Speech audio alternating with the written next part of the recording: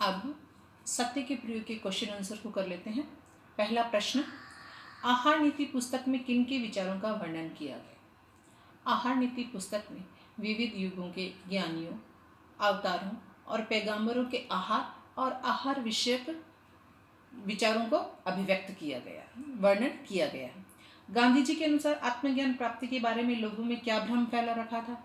गांधी जी के अनुसार आत्मज्ञान प्राप्ति के लिए लोगों में ये भ्रम फैल रखा था कि इसे चौथे आश्रम में प्राप्त किया जा सकता है, जबकि ये तो प्रथम आश्रम में प्राप्त करने योग्य है। इसे तो हम ब्रह्मचार्य जीवन में ही प्राप्त कर सकते हैं, और लोगों में ये भ्रम फैल रखा था कि इसे संन्यास आश्रम में प्राप्त किया जा सकता है। हिंद स्वराज्य पर गांधी जी के विचारों का मजाक उड़ाते हुए गोखले ने क्या कहा? गोखले ने ये कहा था, हिंद स्वराज्य पर गांधी जी का मजाक उड़ाते हुए गोखले जी ने ये कहा था कि पहले 1 साल तक तुम भारत में भ्रमण करो, भारत की स्थिति को जानो, और स्थिति को जानने के पश्चात ही तुम अपने किसी सार्वजनिक प्रश्न के उत्तर पर अपना मत दो। उससे पहले अपना मत कभी भी मत देना। और उन्होंने ये कहा था कि इस देश में रहकर देखोगे तुम कि हिंदुस्तान की हालत क्या है, तब आपका जो विचार है अपने आप ठिकाने आ जाएगा। जो आप स्वराज्य की स्थापना करना चाहते हो वो विचार आपको बदलना पड़ सकता है।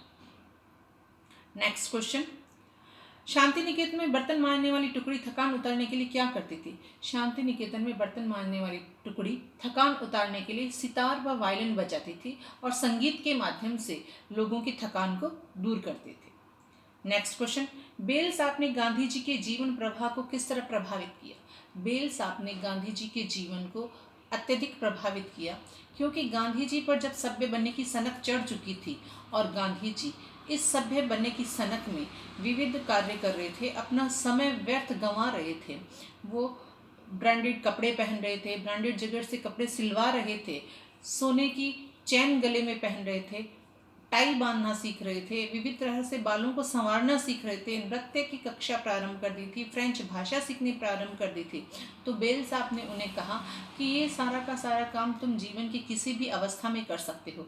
अभी तुम जिसके लिए यहाँ आए हो, विद्या अर्जन के लिए यहाँ आए हो, तो सबसे पहले वो करो। और गांधी जी ने इस बात को न सिर्फ सुना अपितु उन्हें समझा भी, और समझने के पश्चात जो सनक उन पर सवार हुई थी उस सनक को उन्होंने जल्द ही दूर किया। नेक्स्ट क्वेश्चन, दंड देने के औचित्य में गांधी जी को क्या शंका थी? दंड देने के औचित्य में गांधी जी को यह शंका थी कि हम बच्चों को सिर्फ मार पीट कर ही नहीं सुधार सकते।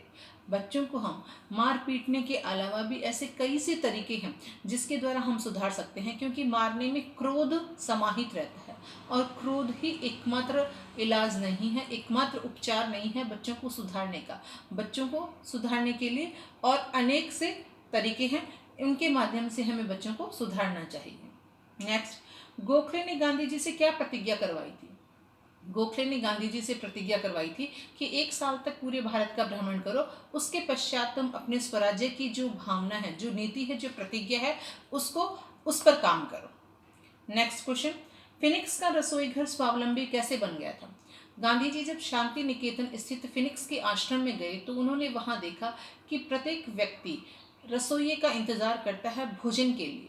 तो उन्होंने इस कार्य को देखते हुए सभी को कहा कि इस कार्य को सभी में आपस में विभाजित कर लो। शिक्षकों और विद्यार्थियों के मध्य संपूर्ण कार्य विभाजित कर दिया गया, और अब वो सारा का सारा आश्रम मधुमक्खियों की छत्ते की तरह बन गया था, यानी सब घुल मिलकर काम करने लग गए थे, सारे के सारे व्यक्ति स्वावलंबी बन गए थे।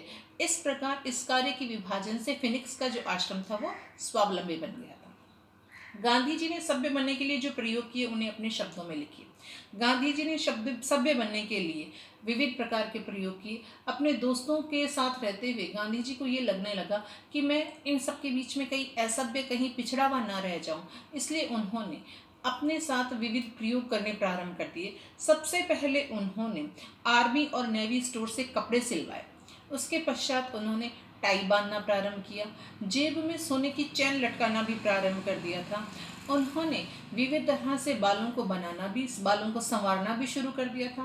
नृत्य और संगीत की कक्षाएं प्रारंभ की थी, फ्रेंच भाषा सीखनी प्रारंभ की थी। इतना ही नहीं, उन्होंने भाषण कला को सीखने की में भी दक्षता प्राप्त करनी चाहिए। इन सब कार्यों को करते हुए गांधी जी को बहुत समय लगा, और फिर बेल साहब के कहने पर उन्होंने इस कार्य को जल्द छोड़ भी दिया था। नेक्स्ट, संकलित आत्मकथांश के आधार पर गांधी जी के चरित्र की विशेषताएं। गांधी जी के चरित्र में अनेकानेक विशेषताएं समाहित थी। संकलित आत्मकथांश के आधार पर हम कह सकते हैं कि गांधी जी का जीवन सभ्य जीवन था, क्योंकि उन्होंने सभ्यता की सनक के लिए जो काम प्रारंभ किए थे बहुत जल्दी उन्होंने छोड़ दिया और शिष्टाचार और ज्ञान के आधार पर उन्होंने अपने जीवन को सभ्य बनाया। उन्होंने सदैव अन्नाहार पर विशेष बल दिया। सेकंड पॉइंट है जो अन्नाहार पर विशेष बल। नेक्स्ट, अन्याय के प्रति विद्रोह या अन्याय के साथ संघर्ष। नेक्स्ट, सद्भावना का विचार, देश प्रेमी, स्वदेशी की भावना, आत्मा के विकास की भावना, आत्मनिर्वाण की भावना आदि अनेकानेक विशेषताएं गांधी जी के जीवन में समाहित थी। इस प्रकार हमने इसके प्रश्नोत्तर कर लिए हैं सारे।